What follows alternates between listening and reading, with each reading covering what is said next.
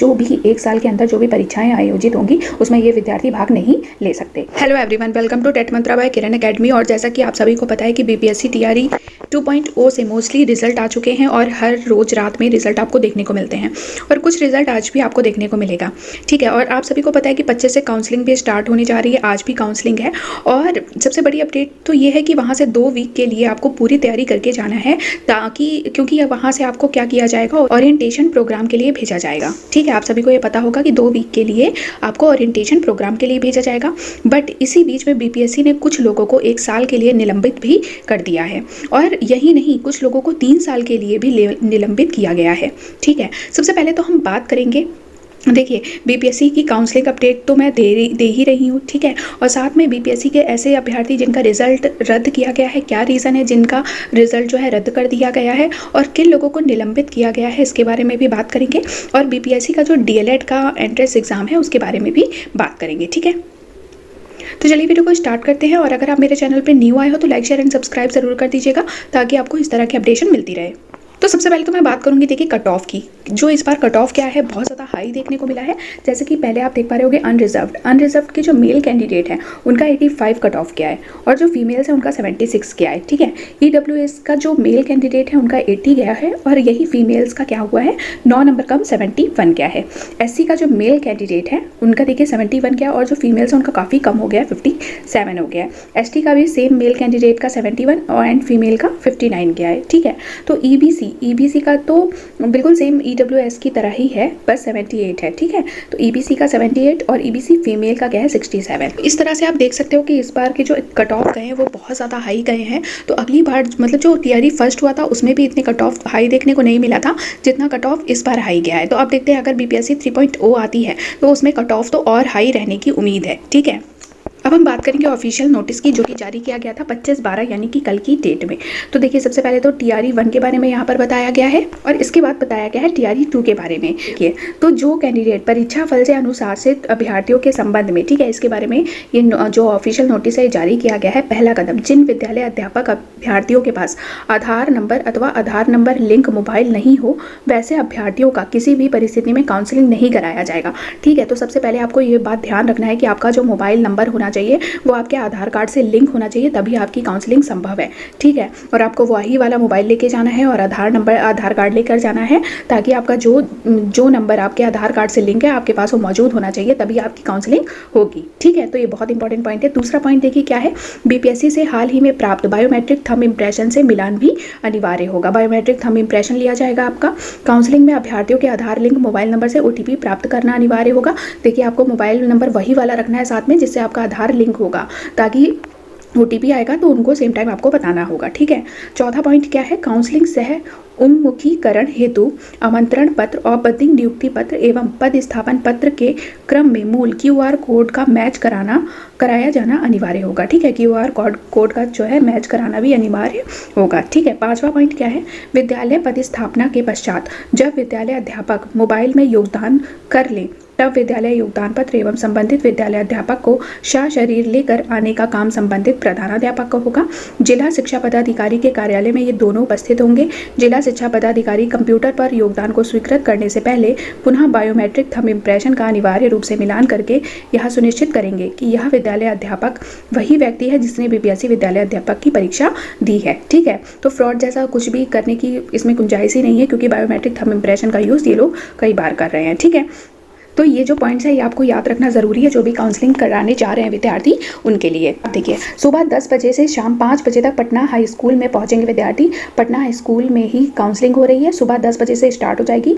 3500 शिक्षक विद्यार्थियों की विषयवार काउंसलिंग होगी आज से। ठीक है, तो किस विषय की कब कब काउंसलिंग होगी ये भी देख लीजिए। 26 सितंबर को 6ठी से 8वीं की गणित और विज्ञान की होगी। 27 दिसंबर को 6ठी से 8वीं हिंदी और संस्कृत की। 28 दिसंबर 6ठी से 8वीं अंग्रेजी और उर्दू। 29 दिसंबर को सामाजिक विज्ञान। 30 दिसंबर को भी सामाजिक विज्ञान। 29 दिसंबर को फीमेल कैंडिडेट्स की होगी और 31 दिसंबर को सभी महिला विद्यार्थियों की होगी। ठीक है, 9वीं और 10वीं के लिए जो काउंसलिंग की तिथि है वो भी बता दी गई है। 27 दिसंबर से 9वीं और 10वीं की काउंसलिंग स्टार्ट हो जाएगी। ठीक है, ये बात देखिए जो इंपॉर्टेंट पॉइंट है, SC ST अभ्यर्थी के लिए विषयवार काउंसलिंग का शेड्यूल क्या है। 27 दिसंबर से इनकी 9वीं 10वीं और SC ST की जो काउंसलिंग है वो 7 में हो रही है। ठीक है, 27 दिसंबर से 27 दिसंबर से विषय क्या है, सभी विषयों की काउंसलिंग हो रही है। ठीक है, 27 दिसंबर से।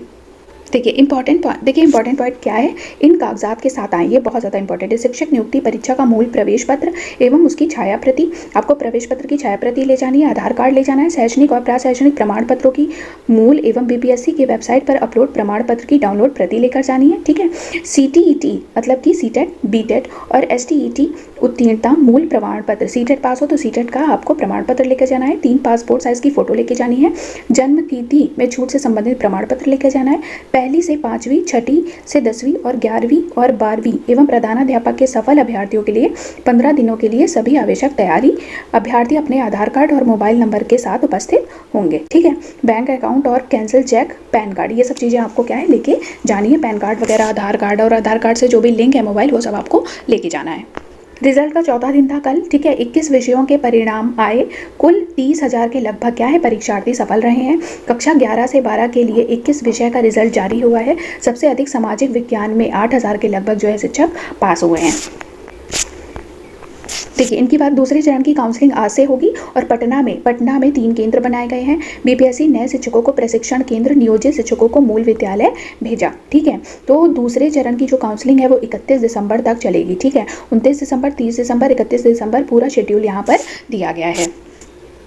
इसके बारे में जानते हैं। BPSC द्वारा जारी पूरक परीक्षा में सफल कक्षा 6 से 8 तक के अभ्यर्थियों की काउंसलिंग पटना में सोमवार को हुई। अभ्यर्थियों की काउंसलिंग के लिए राजकीय शहीद राजेंद्र प्रसाद उच्च माध्यमिक विद्यालय में गर्दनी बाग में केंद्र बनाया गया। गर्दनी बाग हाई स्कूल में पूरक परीक्षा में सफल अभ्यर्थियों की काउंसलिंग प्रक्रिया में इंटरनेट की सेवा धीमी रहने के कारण अभ्यर्थियों के कागजात की जाँच करने में परेशानी हुई। तो क्या हुआ है, इंटरनेट की जो सर्वर है वो बहुत दिक्कत कर रहा था, इसलिए अभ्यर्थियों के कागजात की जाँच नहीं हो पाई अच्छे से। जानकारी के अनुसार बिहार बोर्ड का इंटरनेट सेवा ठीक चल रहा था, लेकिन कॉलेज को इंटरनेट सेवा धीमी चल रही थी। कॉलेज की जो इंटरनेट सेवा थी वो धीमी चल रही थी।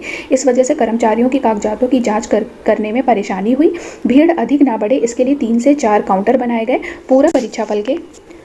पूरक परीक्षाफल के अनुसार जिले में 154 अभ्यर्थियों को काउंसलिंग किया जाना था, जिसमें 94 शिक्षक अभ्यर्थियों की काउंसलिंग की गई, तो 94 की ही हो पाई। ठीक है, काउंसलिंग के बाद नए शिक्षकों को प्रशिक्षण प्राप्त करने के लिए प्रशिक्षण केंद्र और नियोजित शिक्षकों को मूल विद्यालय में भेज दिया गया। ठीक है, तो दूसरे चरण की काउंसलिंग कब तक चलनी है ये मैंने बता दिया, 31 दिसंबर तक चलनी है। जिला शिक्षा पदाधिकारी अमित कुमार ने बताया कि अभ्यर्थियों की काउंसलिंग के लिए अलग अलग कक्षाओं की अलग अलग तिथि और केंद्र निर्धारित की गई हैं। पटना में कुल 3 केंद्र बनाए गए हैं, जिसमें कक्षा 6 से 8 तक राजकीय शहीद राजेंद्र प्रसाद, ये मैंने ऑलरेडी बता दिया आपको। ठीक है, DRCC की जगह आज से खेल भवन में होगी शिक्षकों की काउंसलिंग, तो अब खेल भवन में शिक्षकों की काउंसलिंग कराई जाएगी। ठीक है, ये मेन इंपॉर्टेंट पॉइंट ये था जो मैं आपको बताने वाली थी।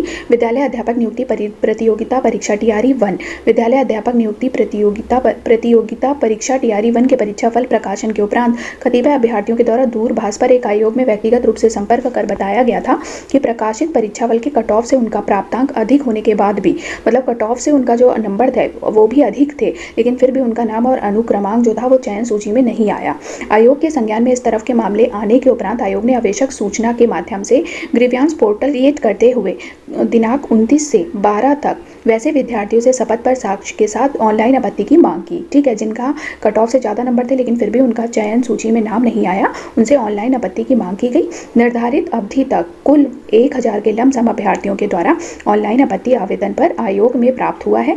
जांच उपरांत पाया गया कि उन 1700 आवेदन पत्रों में से 700 के करीबन आवेदन पत्र बिना शपथ पत्र के समर्पित किया गया था। ठीक है, आगे देखिए, आयोग के द्वारा निर्गत आवश्यक सूचना में स्पष्ट रूप से उल्लेखित है कि जिन अभ्यर्थियों को आयोग के द्वारा प्रकाशित परीक्षा फल पर यदि आपत्ति है तो शपथ पत्र एवं साक्ष्य के साथ अपना आपत्ति दर्ज करें।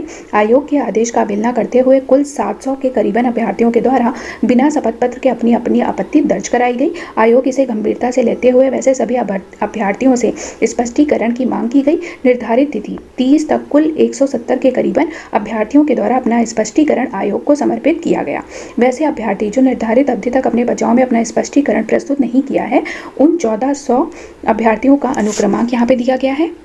ठीक है। अब देखिए नीचे जो लिखा गया वो बहुत ज़्यादा इंपॉर्टेंट है। उपरोक्त सभी अभ्यर्थियों के स्पष्टीकरण को समुचित नहीं मानते हुए इनके विरुद्ध आयोग के संबंध में भ्रामक सूचना फैलाना, आयोग के छवि को धूमिल करने, अपने कमी को छुपाने और आयोग के बहुमूल्य समय को बर्बाद करने की चेष्टा की गई है। इन रोल नंबर्स को ये पाया गया है। ठीक है। अतएव उपरोक्त दर्ज क्रमांक के सभी अभ्यर्थियों को बिहार लोक सेवा पटना से आयोजित होने वाली सभी परीक्षाओं के लिए अगले 1 वर्ष तक प्रतिबंधित कर दिया गया। तो ऐसा काम इन लोगों ने किया। उसके बाद भी जब बोला गया आयोग के द्वारा कि आप ऑनलाइन जो है हमें आपत्ति दर्ज करवा के भेजें, लेकिन जो 400 के करीबन जो विद्यार्थी थे उन्होंने आपत्ति दर्ज नहीं करवाई, इसलिए अब बीपीएससी ने ये आदेश दिया है कि जो भी 1 साल के अंदर जो भी परीक्षाएं आयोजित होंगी उसमें ये विद्यार्थी भाग नहीं ले सकते। ठीक है। तो ये थी इन्फॉर्मेशन। उम्मीद है आपको पसंद आई होगी। पसंद आई है तो लाइक शेयर एंड सब्सक्राइब जरूर कर दीजिएगा चैनल को। Thank you so much.